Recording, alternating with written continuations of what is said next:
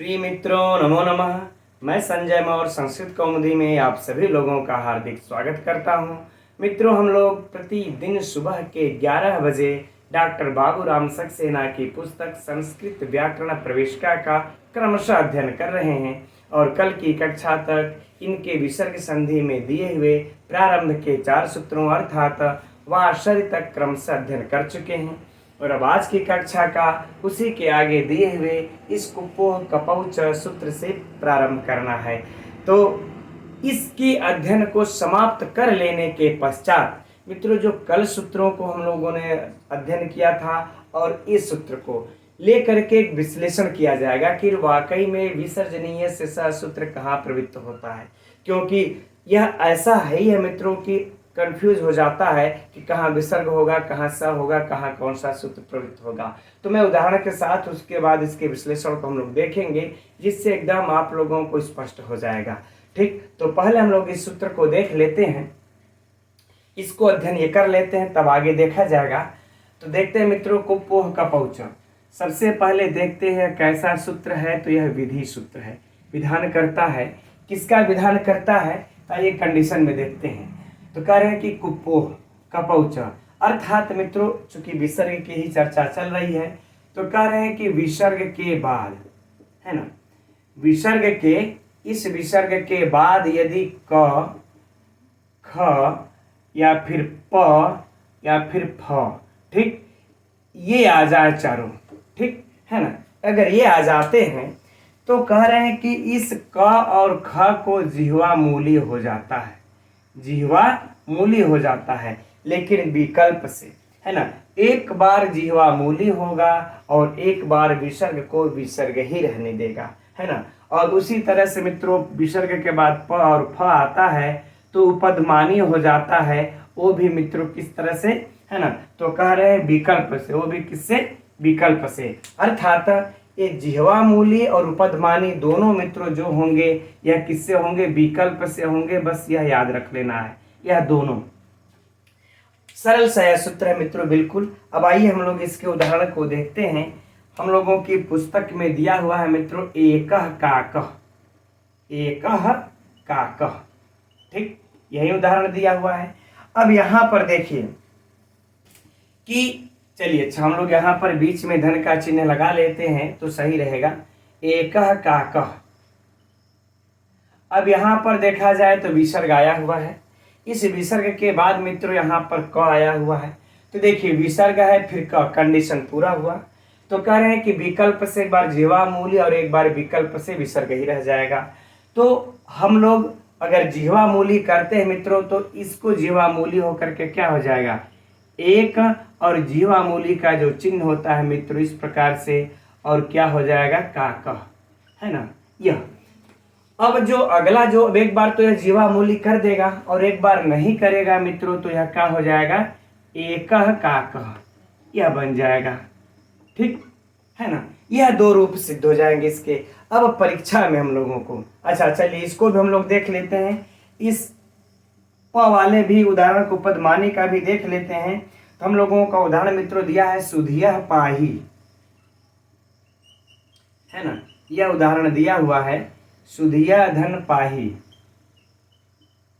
ठीक। अब इस उदाहरण को मित्रों हम लोग अब सेम वही कंडीशन यहाँ पर भी हो जाएगी कि यहाँ पर देखा जाए विसर्ग आया हुआ, इस विसर्ग के बाद प, ये विसर्ग के बाद प है मित्रों, तो कंडीशन हमारा पूरा। तो इसको क्या अब ये कर दिया जाएगा, उपधमानी। तो उपधमानी का भी मित्रों चिन्ह कैसे होता है, इस विसर्ग को सुधिय और ये हो जाएगा पाही, ठीक। एक बार यह विकल्प से यह उपधमानी हो जाएगा और उसके बाद क्या बचेगा, इधर सुधिय, सुधियः पाही, ठीक। इस प्रकार से हमारे यह दोनों बन जाते हैं। अब मित्रों, इसमें से जो परीक्षा में अगर प्रश्न पूछेगा तो किस प्रकार से परीक्षा का प्रश्न होगा, अब उसको समझिए कि एकह काकह यहाँ पर किस सूत्र से संधि हुई है ना। तो किस सूत्र से हुई है मित्रों, कुपोह कपौच, इस सूत्र से संधि हुई है, ठीक है ना। और अगर मान लेते इस प्रकार से पूछ दे, एकह काकह का संधि होगा, एक का संधि संधि होगा। विकल्प 1, विकल्प 2 और 3 में रहेगा उपरोक्त दोनों। ठीक है, उपरोक्त दोनों, तो यह क्या हो जाएगा मित्रों हम लोगों का दोनों। और सेम प्रश्न मित्रों हम लोगों को इसमें भी पूछा जाएगा। ठीक, तो यह भी हल हो जाएगा आराम से। अब लेकिन मित्रों अब यह तो हो गया, सरल सा सूत्र है। लेकिन अब देखिए जो विसर्ग के परे होने पर, यह कई हम लोगों ने वासरी को पढ़ लिया और यह कुप्पो कपौचा को देख लिया, खरवसानियों को पढ़ लिया, है ना, सस जुसो रू को भी पढ़ लिया। अब इसमें ज्यादा दिमाग हम लोगों के हौच पौच हो गया होगा। अब मैं एक तालिका के द्वारा मित्रों इन सूत्रों को हम लोग क्लियर करते हैं कि वाकई में विसर्जनीय से सह ये एक सूत्र किन किन वर्णों के परे रहते मूल रूप में काम करता है। अगर थोड़ा सा अगर समझ लेंगे तो स्पष्ट हो जाएगा आप लोगों को। और उसके बाद भी अभी आगे विसर्ग रहने पर आगे और कंडीशन में यहाँ पर कुछ सिद्धांत कौमुदी इत्यादि से सूत्र दिए हुए हैं, सरल सरल एक एक लाइन में है, तो उनको बाद में देख लेंगे। तो अब इस तालिका के द्वारा मित्रों हम लोग यह जो 3 सूत्रों का हम लोगों ने अध्ययन किया, विसर्जनीय से सह, वासरी, कुप्पो कपौचा, इन तीनों इस तालिका के द्वारा इन तीनों सूत्रों को हम लोग सरलता से समझेंगे। क्योंकि विसर्जनीय से सह के बाद उसमें विकल्प से वासरी लगता है, उसका अपवाद आ जाता है, कुप्पो कपौचा आ जाता है, तो कंफ्यूजन पैदा हो जाती है कि विसर्जनीय से सह काम किस प्रकार से करता है और किन किन वर्णों पर कहाँ पर काम करता है। अब इस तालिका के द्वारा मित्रों अगर हम लोग समझ लेंगे ना तो एकदम समझ में यह बातें आ जाएगी। ठीक, तो हम लोग प्रारंभ करते हैं। देखिए एक तरफ मैंने इसको खर प्रत्याहार को रख दिया है और यह मित्रों क्या है, यह विच्छेद है। ठीक है, यह क्या है, संधि का विच्छेद है। और इसके बाद ये सब जो आप लोग देख रहे हैं यह मित्रों क्या है, संधि है। ठीक है, यह क्या हो गई है, संधि। चलिए अब हम इसको हम लोग समझते हैं। तो देखिए, तो सबसे पहले हम लोग थोड़ी सी चर्चा विसर्जनीय से सह का भी कर ले। मित्रों ध्यान से देखिएगा, एकदम विसर्जनीय से सह आपको वासरी कुप्पो कपौचा कभी नहीं भूलेगा अगर इस तरह से समझ लेंगे आप लोग तो। ठीक, तो देखिए विसर्जनीय से सह सूत्र कहता क्या है ना, वह यही कहता है। थोड़ी सी यहीं पर चर्चा हम लोग कर लेते हैं कि विसर्ग के परे, है ना, विसर्जनीय से यही कहा कि खर परे होने पर, करें कि खर परे होने पर इस विसर्ग के स्थान पर क्या आदेश हो जाए मित्रों, तो करें सकार आदेश हो। इस विसर्ग के स्थान पर सकार आदेश हो। विसर्जनीय से यही कहता है कि इस विसर्ग खर परे होने पर विसर्जनीय से विसर्ग के स्थान पर सकार आदेश हो। लेकिन खर परे होने पर, ठीक, सकार आदेश, अब इस चीज को समझ लेंगे मित्रों तो समझ में आ जाएगा। विसर्ग को सकार आदेश ये कर रहा था, इसी बीच में वासरी भी आ जाता है, वासरी सूत्र भी आ जाता है। वासरी ने उसको विकल्प से सर प्रत्याहार पर वह छांट देता है। कुप्पो कपौचा भी आ जाता है, कहता है विसर्ग परे होने पर क ख प फ जो हम लोगों ने भी अध्ययन किया, तो वह विकल्प से विसर्ग ही रह जाता है, तो काफी हौच-पौच हो जाता है। अब देखिए, तो ये जो विसर्ग को खर परे होने पर जो सकार आदेश हो रहा है, तो ये वाला विसर्जनीय से सह का ये वाला जो नियम है विसर्ग को खर परे रहने पर सकार, यह कितने पर लागू हो पाता है और कितने पर वासरी निकल जाता है, कितने पर कुप्पो कपौच निकल जाता है। अब चलिए हम लोग प्रारंभ करते हैं। ठीक, तो प्रारंभ करते हैं हम लोग अब इसको। तो सबसे पहले मित्रों देखिए, खर प्रत्याहार का जो वर्ण लिखा हुआ है यहाँ पर ख फ छ ठ त च ट त व कपय श श सर, है ना, सर मान लेते हैं, स तक हमने इसको लिख रखा है। अब देखिए उदाहरण जो बाबूराम सक्सेना में है मित्रों उसको मैंने इसमें रख लिया है, जो नहीं है अल बाहर से ले लिया है ना। अब देखिए है यहाँ पर ख, ये देखिए रहा नरह खादती, नरह खादती। ठीक, अब यहाँ पर मित्रों देखिए विसर्ग है, इस विसर्ग के बाद देखिए ख प्रत्याहार का, अरे ख बढ़ा गया, यह किस प्रत्याहार का है, खर प्रत्याहार का। किस प्रत्याहार का है, खर प्रत्याहार का ही है, तो अब वो तो ख आया तो खर प्रत्याहार का होगा ही होगा। तो मित्रों देखिए यहाँ पर हम लोगों का सूत्र काम कौन सा कर रहा था, यहाँ पर याद कीजिए विसर्जनीय से सह काम कर रहा था, क्योंकि विसर्ग के परे खर होने पर विसर्ग को सकार आदेश, यही विसर्जनीय से सह कहता है। एकदम रट्टा मार लीजिए, है ना। विसर्जनीय से स यही कहता है खर परे होने पर विसर्जनीय के स्थान पर सकार आदेश हो, तो अब उसको बाध करके उसका अपवाद सूत्र आ जाता है कौन सा, कुप्वो कपौच,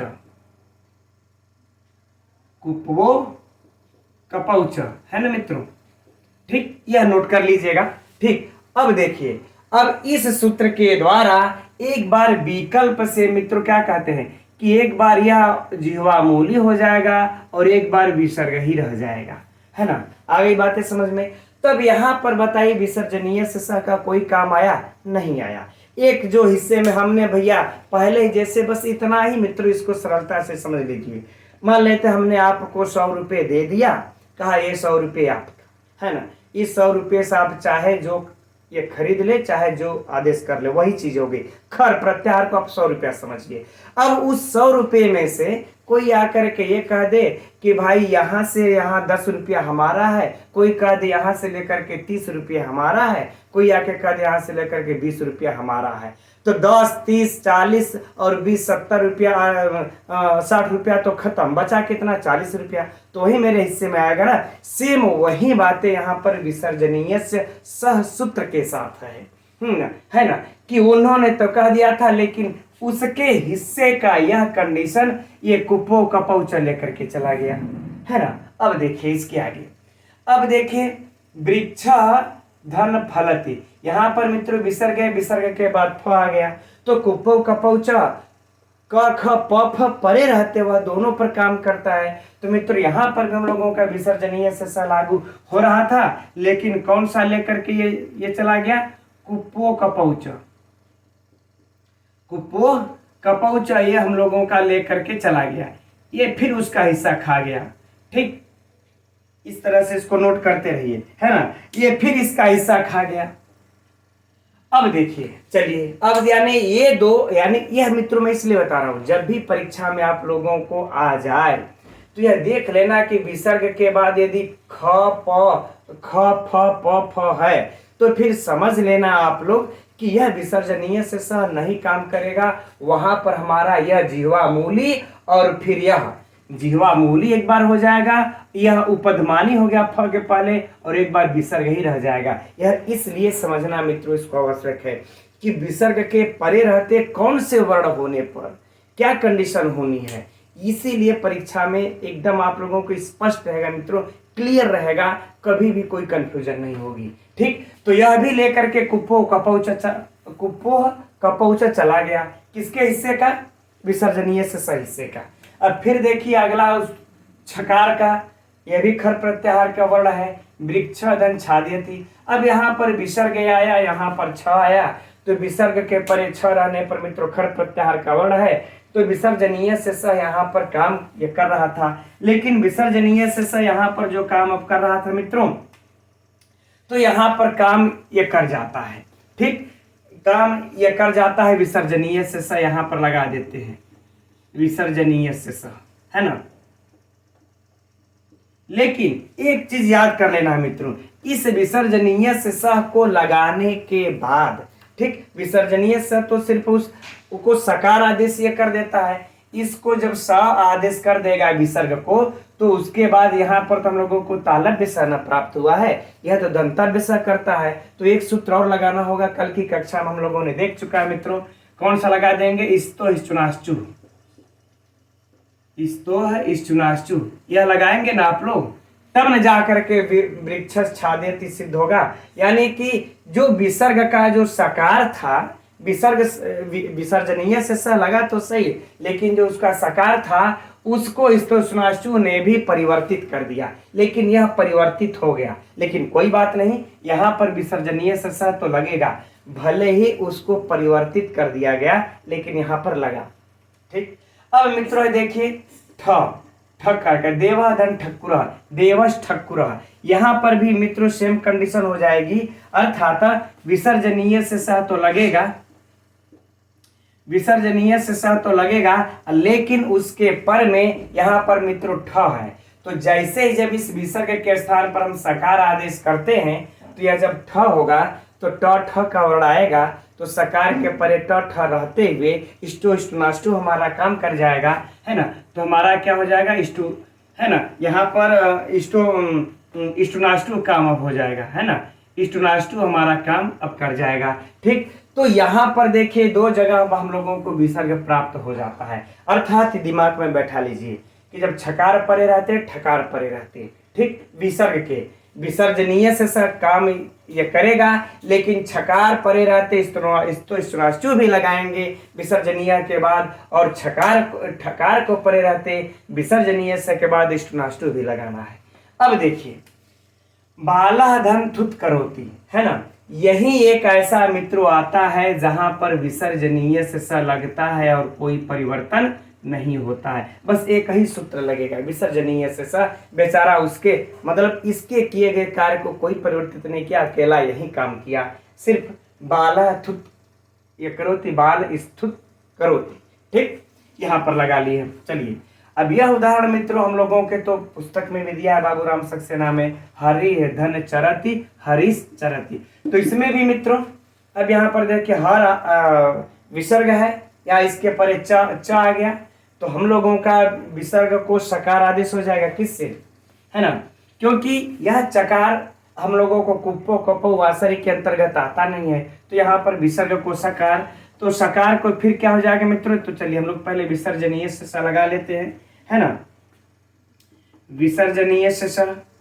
अब इसके बाद विसर्जनीय से स लगाने के बाद मित्रों यहाँ पर चकार है, तो इस सकार के परे चकार रहते इष्टुनाष्टु लगेगा, और इस दंतव्य सकार को तालव्य सकार करके ये हो जाएगा हरीश चरति, है ना, तो इष्टुनाष्टु भी लगा देंगे यहाँ पर।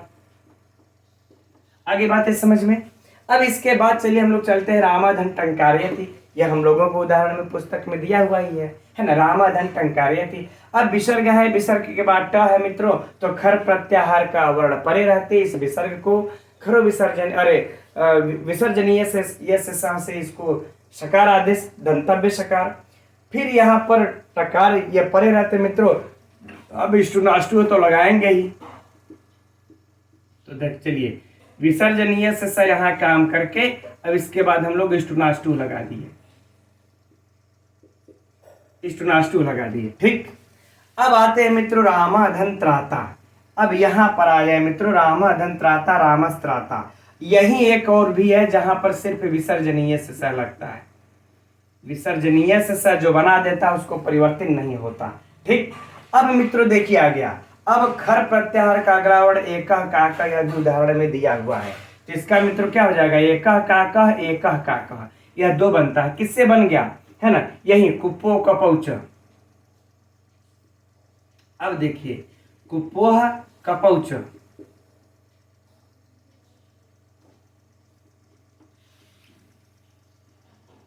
कुप्पोह कपौच, चलिए हो गया ये। अब देखिए मित्रों यहाँ पर भी विसर्ग के परे अक्षर प्रत्याहार का क आया है ना, तो हम लोगों का यह विसर्जनीय से स लागू होना चाहिए था, लेकिन इसका अपवाद कुप्पो कपौचा लेकर के इसको क्या किया, जीवा मूली और एक बार विसर्ग ही विकल्प से रहने दिया, राइट। तो क को हम लोगों को ध्यान में रख लेना, यदि क आता है तो हम लोगों को ये कंडीशन ही करना पड़ेगा परीक्षा में। अब देखिए सुधिया पाही या पकार का दिया मित्रों उपध्यमानी, यहाँ पर भी हम लोगों का कौन सा सूत्र काम करता है, कुप्पो कपौच, ठीक, यहाँ भी काम ये अब कर जाता हम लोगों का, यहाँ पर भी इसको बाद ये कर देता है। अब आगे देखिए हरि धन सेते, अब देखिए यहाँ पर आ जाते हम लोग हरि धन सेते। अब यहाँ पर मित्रों इसका भी दो रूप बनता है, हरिशेते और हरिशेते। तो यहाँ पर एक बार तो विसर्जनीय से स लगता है, फिर वासर एक बार आके कह देता है चलिए एक बार आपका रहेगा एक बार हमारा रहेगा, एक बार आपका रहेगा एक बार हमारा रहेगा।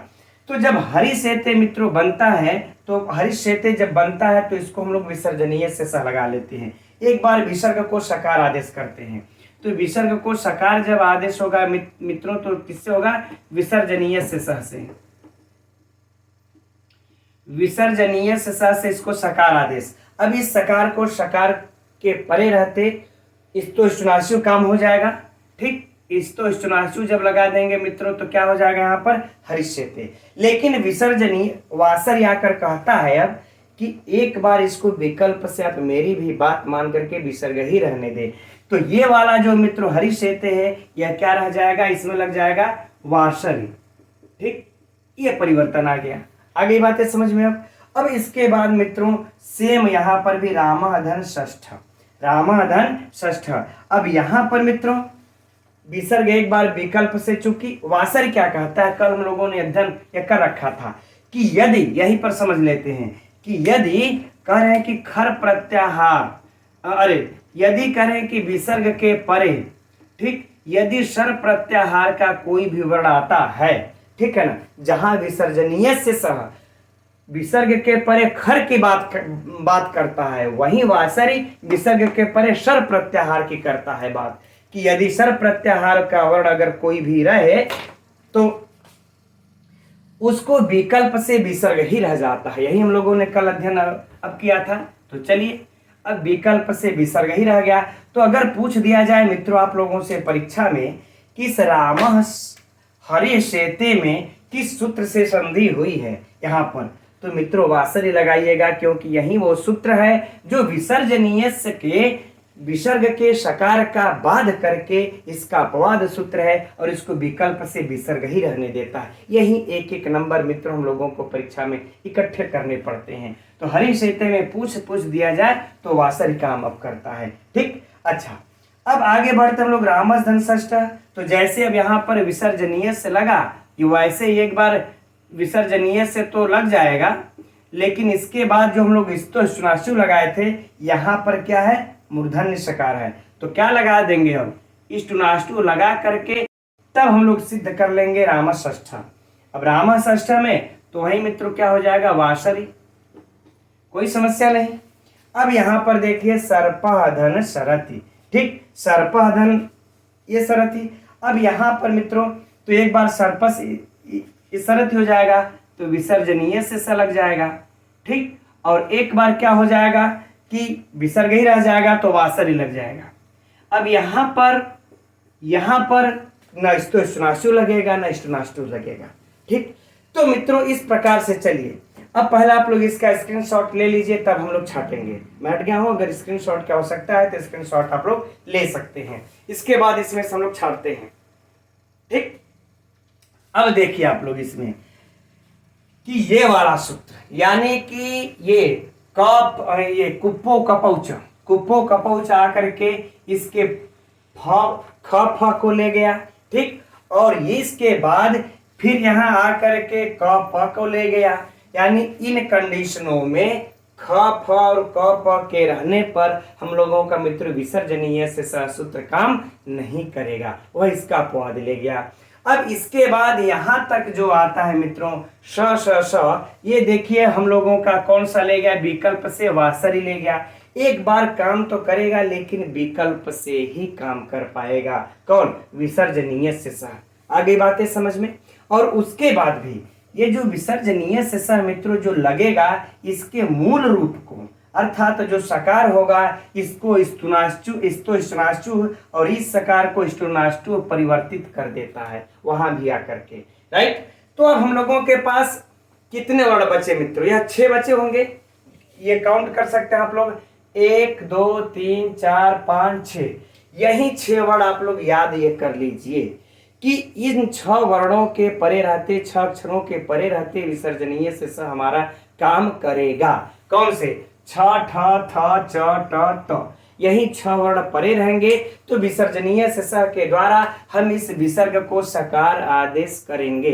नहीं तो इधर इतना ले गया कुप्पो कपौच, ये वाला ये ले गया वासर, इसको विकल्प से दिया, एक बार देंगे एक बार नहीं देंगे, इतना इसके हिस्से में आया। आगे बातें समझ में। अब इसमें भी देखिए शुद्ध रूप से अगर कहा जाए तो ये विसर्जनीय से स का बस यही इकट्ठे बचबे करता रूप ही है ना, यही बचता है।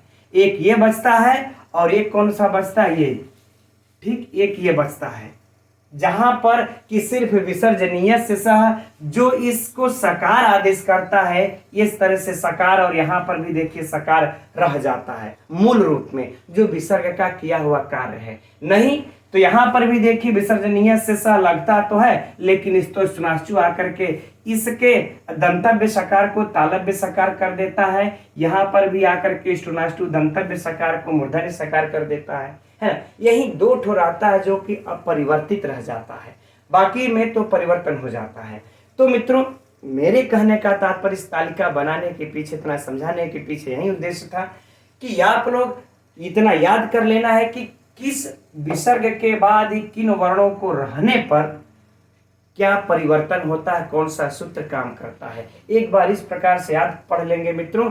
अब हम समझ रहे हैं कि आप लोगों को अगर समझ में आ गया होगा ना, तो फिर ये विसर्जनीय से वासरी कुप्पो कपौच कबो नहीं भूलेगा। आगे बातें समझ में?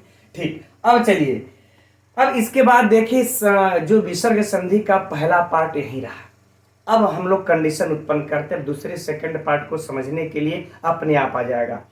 अब विसर्ग के परे मित्रों एक चीज एकदम नोट कर लीजिए, जो आगे का हम लोगों का जो सूत्र है, जो आगे का जो सूत्र है ना, अतो रोर प्लूदा दप्लूदे रो सूपी रोरी इत्यादि विसर्ग संधि के सूत्र है ना, तो याद कर लीजिए, इतना दिमाग में बैठा लीजिए, कभी कंफ्यूजन नहीं हो जाएगा जिस बातों को हम बोल रहे हैं उस बातों को।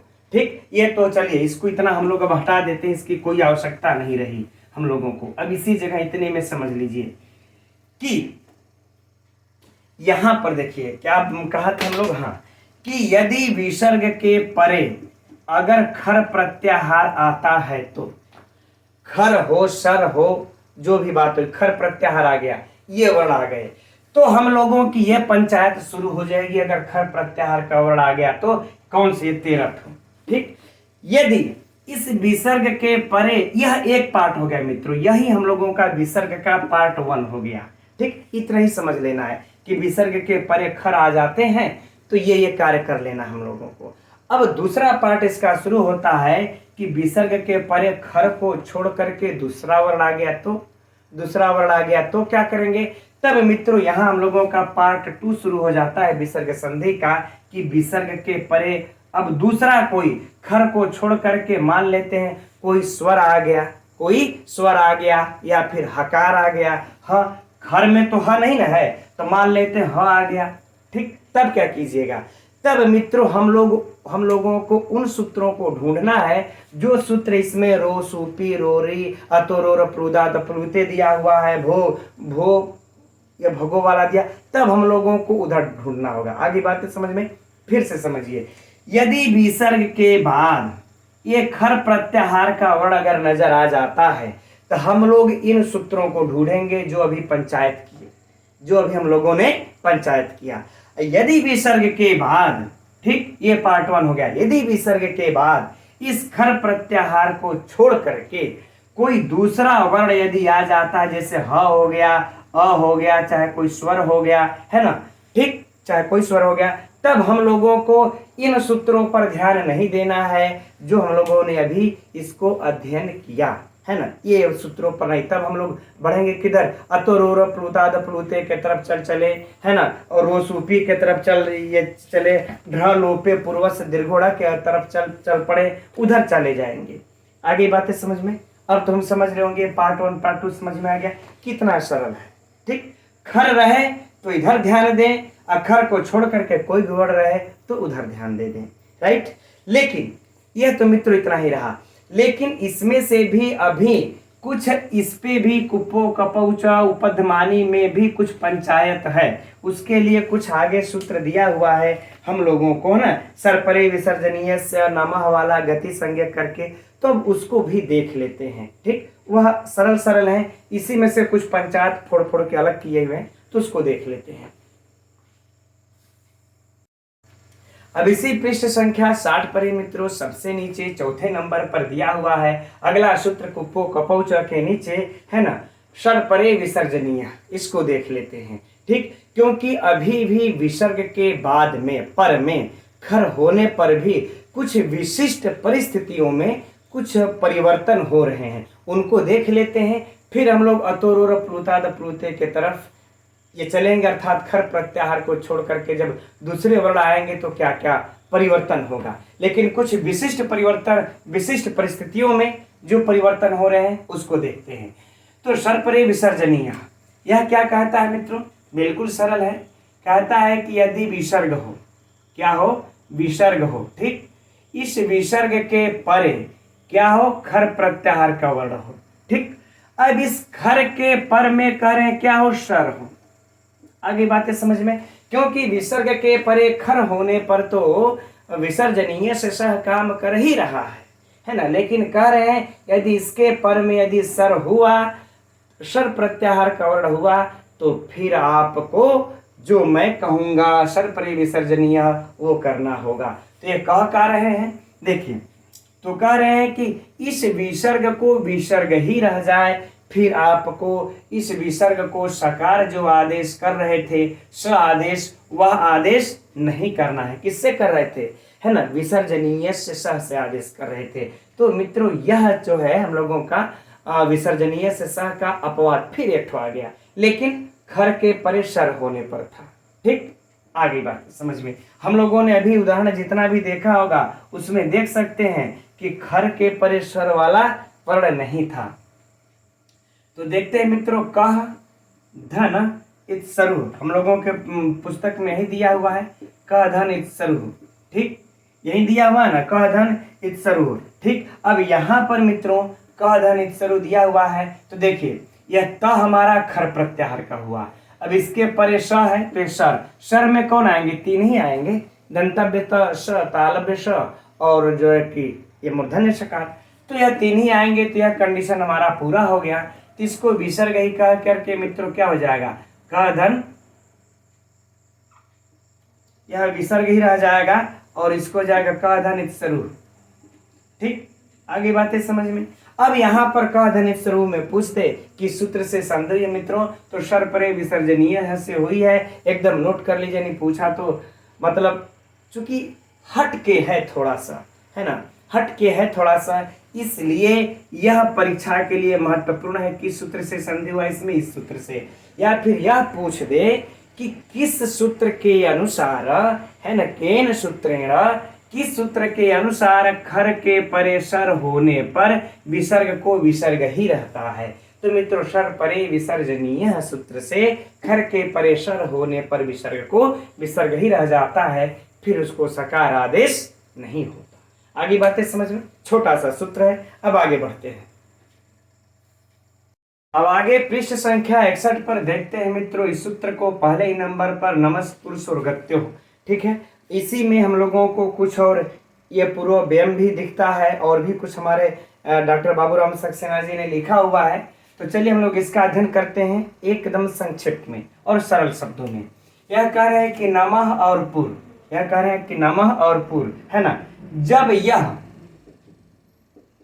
नमः और पुर इसी तरह से समझ लेते सीधे सीधे, यहाँ पर ये नमः और ये पुरः, इनके बाद यह गति संज्ञक हो और इनके पर में यदि कोई क ख प फ आदि वाली यदि धातु आती है तो फिर इसके विसर्ग को सकार आदेश हो। अब जरा समझिएगा आप लोग, नमः करोति, ठीक, अभी एकदम ताजा है हम लोगों का, जो अभी हम लोगों ने अध्ययन किए हुए हैं कुपो कपौच सूत्र का। अब देखिए यहाँ पर कह रहे हैं नमः धन करोति।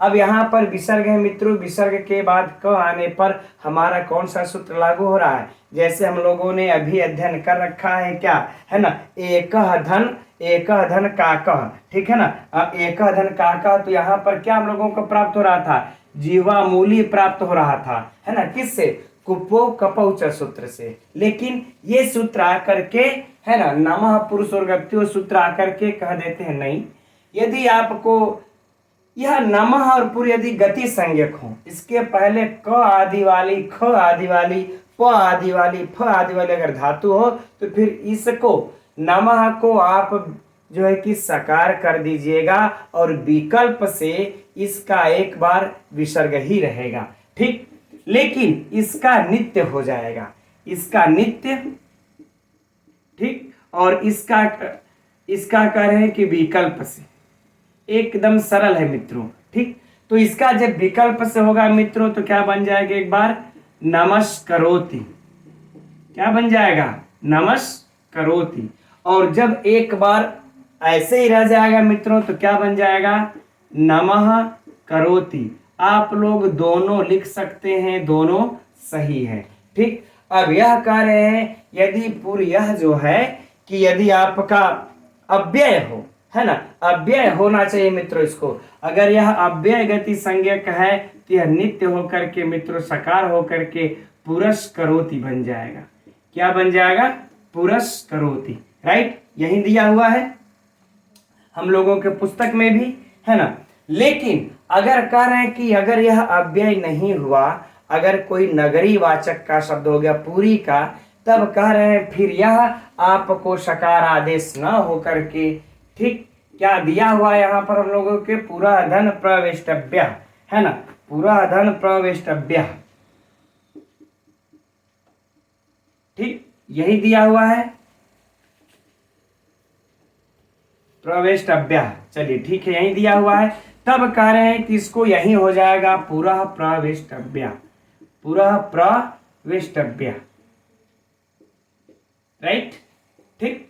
अब बाकी मित्रों इसमें कुछ नहीं है, यह काफी थोड़ा सा उलझा उलझा करके लिखे हैं, इसमें सिर्फ इतना ही है। ठीक है, समझ लिए। अब हम लोग आगे बढ़ते मित्रों, इसके आगे चलते हैं अगले सूत्र के तरफ। अभी 3 सूत्र और बचे हैं, फटाफट उनको आज देख करके कोशिश किया जाए कि खत्म हो जाए। अब यह अगला सूत्र त्रिशो नेत्रश्याम मित्रों जरा सा हटके है। यह क्या कह रहा है कि तीरस शब्द के बाद, पार्टिकुलर तीरस शब्द की बात ये करते हैं कि तीरस शब्द के बाद यदि क ख प फ आता है तो करें कि इस स को अन्यत्र श्याम विकल्प से बना रहता है। पुनः समझिए कि तीरस शब्द के बाद कह रहे यहाँ पर कि क ख और प फ यह यदि आ जाता है तो विकल्प से बना ही रहता है। उदाहरण में है मित्रों तीरस धन करोति, तीरस धन करोति। ठीक, अब यहाँ पर मित्रों क सकार के बाद यह क आ गया तो कह रहे विकल्प से बना ही रहेगा, अर्थात इस तरह से देखिए तीरस करोति हो जाएगा। ठीक, अब जब यह एक बार विकल्प से रह जाएगा और एक बार विकल्प से नहीं भी रहेगा तो मित्रों इस सकार को हम लोग विसर्ग कर सकते हैं। खरवसानियों से इसका क्या कर देंगे, विसर्ग करके हम लोग क्या ये बना लेंगे फिर तीरह करोति। राइट, है ना, आ गई बातें समझ में। तीरह करोति फिर तीरस करोति दोनों रूप बनता है। इस प्रकार से तीरस करोति में मित्रों पूछ दे किस सूत्र से संधि हुई है तो एकदम तीरसो अन्यत्र श्याम लगा दीजिएगा। मिलता जुलता वर्ड है तो गलती होने का यहाँ पर चांस भी नहीं है। सूत्र में बाकी कुछ विशिष्ट दम यहाँ पर है नहीं। अब आगे बढ़ते हैं। तो अगला सूत्र है मित्रों द्विस त्रिस चतुरीति कृत्वोर्थे। ठीक, देखते हैं अब इसको। कर है कि द्वि, चलिए हम लोग इस प्रकार से नोट कर लेते हैं। द्वि ही, उसके बाद कहते हैं कि त्रि ही, ठीक, इसके बाद कहते हैं कि चतुर। ये यदि कृतोर्थे यदि करें कि यह क्रिया अव्यय है ना, क्रिया विशेषण अव्यय हो तब, कब कंडीशन रख दिया क्रिया विशेषण अव्यय हो तब यह, ठीक, अगर इन कंडीशनों में यह आते हैं और इसके पर में यदि आपका क ख प और फ ये चारों वर्ण यदि आ जाते हैं मित्रों तो कह रहे हैं कि इनको जो यह सकार दिख रहा है, यह सकार सकार अरे विसर्ग विसर्ग दिख रहा है, इनको विकल्प से क्या हो जाएगा, विकल्प से मूर्धन्य सकार। आ गई बातें समझ में, बिल्कुल सरल हुआ है ना कि यह द्वि त्रि चतु होना चाहिए, क्रिया विशेषण अव्यय होना चाहिए, इसके पर में ये आना चाहिए तो करें विकल्प से ये मूर्धन्य सकार हो जाएगा। अब उदाहरण में मित्रों है द्विधन करोति, द्विधन करोति यही है। अब देखिए यहाँ पर विकल्प आ गया और द्वि यानी कि यह मित्र 2 बार करता है, क्रिया विशेषण हुआ यहाँ पर। तो जब 2 बार करता है मित्रों यहाँ पर यह क्रिया विशेषण हो गया तो एक बार विकल्प से इसको हम क्या कर लेंगे, द्विष कर लेंगे। क्या कर लेंगे, द्विष कर लेंगे, है ना, विसर्जनीय से द्विष करके धन करोति। ठीक, अब इस सूत्र के द्वारा हम लोग क्या कर लेंगे, इसको मूर्धन्य सकार करके क्या हो जाएगा, द्विष करोति। ठीक, बन गया। और कह रहे हैं एक बार इसको वैसे ही रह जाएगा विकल्प से ही, तो मित्रों यह 2 इसके अब बन जाएंगे द्वि करोति। ठीक, हम समझते हैं कोई समस्या नहीं होना चाहिए, बिल्कुल सरल सा सूत्र है, कुछ विशिष्ट इसमें सोचने समझने जैसी मुझे नहीं लग रहा है कि कुछ है। ठीक, अब इसी तरह से मित्रों त्रि का दिया हुआ है, त्रि का भी देख लीजिए। अब चतुः का ये देख लेते हैं ना, चतुः पठति। चूंकि चतु से संबंधित एक अगला सूत्र और भी है, तो चतुर्धन पठति। ठीक, अब मित्रों यहाँ पर भी इसका इसी प्रकार से दो रूप सिद्ध हो जाएगा। क्या हो जाएगा? चतुष पठति। ठीक, और एक बन जाएगा चतुः पठति। चतुः पठति। आ गई बातें समझ में? अब लेकिन यहां पर मित्रों अब एक हम लोगों का अगला सूत्र आ जाते हैं, जो कि तत्वबोधिनी में यह बातें लिखी हुई है, चतुष्कपालः वाला। ठीक है, कि यदि मान लेते यहां पर चतुर्धन कपालः आ गया, चतुर्धन कपालः। ठीक, चतुर्धन कपालः जब आ जाता है मित्रों, तो यहां पर आप विकल्प से चतुः कपालः इस प्रकार से नहीं करना है, चतुः पठति की तरह से चतुः कपालः नहीं करना है, इसको कह रहे हैं, तब क्या हो जाएगा? चतुष्कपालः। क्या हो जाएगा? चतुष्कपालः। ठीक, क्योंकि कह रहे हैं कि यह जो है कि यह यहाँ पर जो चतुर शब्द आया है, यह क्रिया विशेषण अव्यय नहीं है। यह क्रिया विशेषण अव्यय जो यहाँ पर शर्त रखे हैं वह नहीं है, तो यह क्या हो जाएगा मित्रों? चतुष्कपालः। आगे बातें समझ में? ठीक, बिल्कुल सरल सा सूत्र है। इसमें प्रायः मित्रों परीक्षा में यह पूछा जाता है, इससे जो परीक्षा में जो प्रश्न आता है प्रायः यही ये पूछा जाता है। आप लोग जानते होंगे कि यह प्रश्न पूछा जा चुका है, चतुर्धन कपालः क्या बनेगा? ठीक, तो चतुष्कपालः। ठीक, और इसके बाद ये चतुर्धन पठति का याद कर लीजिए, चतुष पठति, चतुः पठति। इसी तरह से द्विह करोति का द्विष करोति, द्विह करोति, और इसी प्रकार से मित्रों त्रि का भी पुस्तक में दिया हुआ है, उसको भी याद कर लेना है कि यह दोनों बनते हैं। प्रायः यह पूछा जा चुका है, यह बचा हो सकता है इस बार पूछ दे, तो इसको हम लोगों को याद कर लेना है। ठीक, बाकी इसमें और कुछ भी वैसा विशिष्ट नहीं है। अब मित्रों आज की कक्षा में हम लोग यहीं तक रहने देते हैं। अब आगे कल की कक्षा में हम लोग इसके अब जो अतोरोर प्लुदाद प्लुदे सूत्र है, हसी च सूत्र, अब यहाँ से अध्ययन यूं कह लें संधि पार्ट 2 अब प्रारंभ किया जाएगा विसर्ग संधि का। ठीक है, तो अब मित्रों अब हम लोग कल मिलते हैं ठीक इसी समय 11 बजे। तब तक के लिए नमो नमः।